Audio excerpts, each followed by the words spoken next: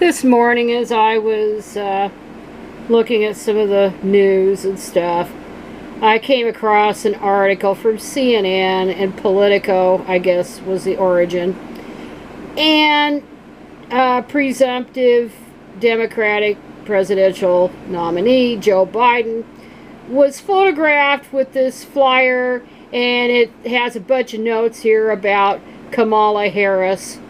And the press put 2 and 2 together and got 5, or maybe 2 and 2 together and got 4.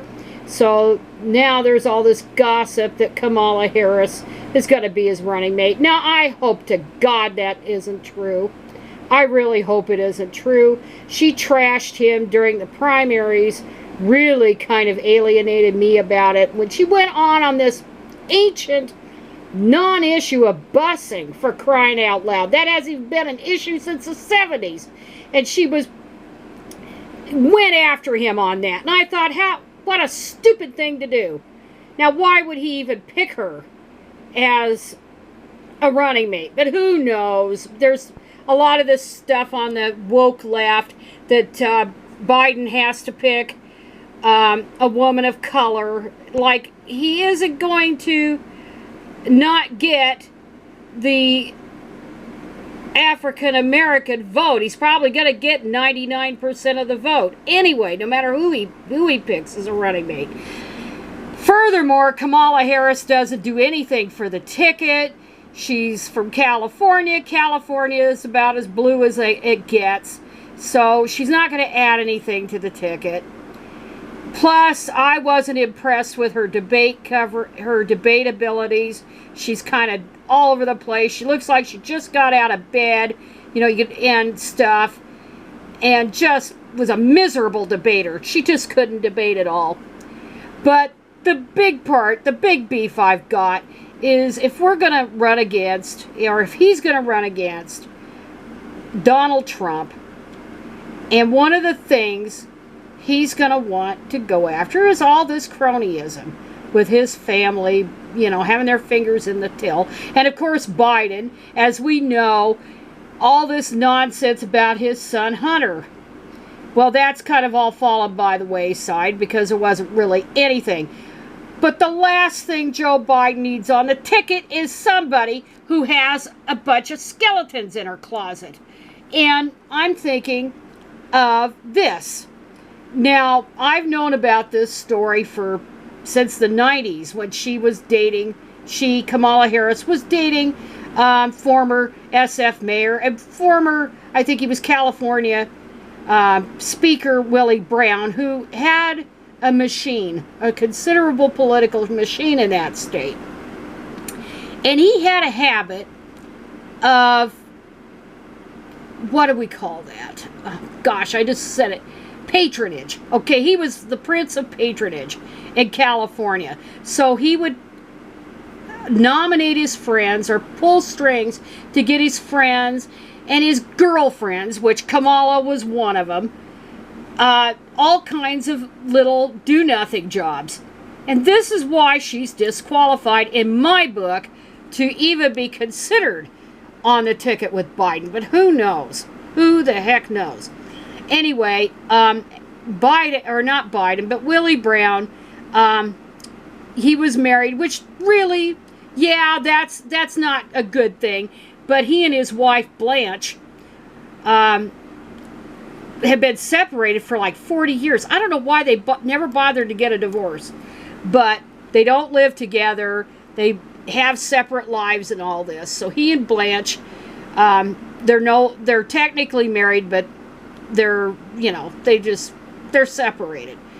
So one of the women that Willie Brown was involved with was Kamala Harris. And of course, he was like 60 years old and she was 29 or something like that when they were in Ida back in 1994. And they dated for about a year. And all was well and good, nothing went anywhere. They split, but Willie Brown, being the fixer that he is, and he admitted that he had dated her in this article, and it's old news. It's old news. It was news back then. But the problem is there were stories which were true, and I will quote it here, a 1995 Los Angeles Times report about then California Assembly Speaker Brown's rush to hand out patronage jobs described Harris as Brown's frequent companion and said several people referred to her as Brown's girlfriend. That report also cited a column from the Chronicle's Herb Cain that called Harris the Speaker's new steady. When they met, she was 29 and Brown was 60. And anyway,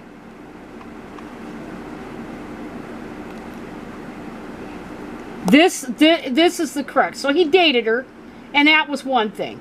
But among the issues that followed Harris from her time with Brown was the allegation of cronyism in his appointment of her to 2 well-paying posts that required little work. By the way, she wasn't even qualified for them.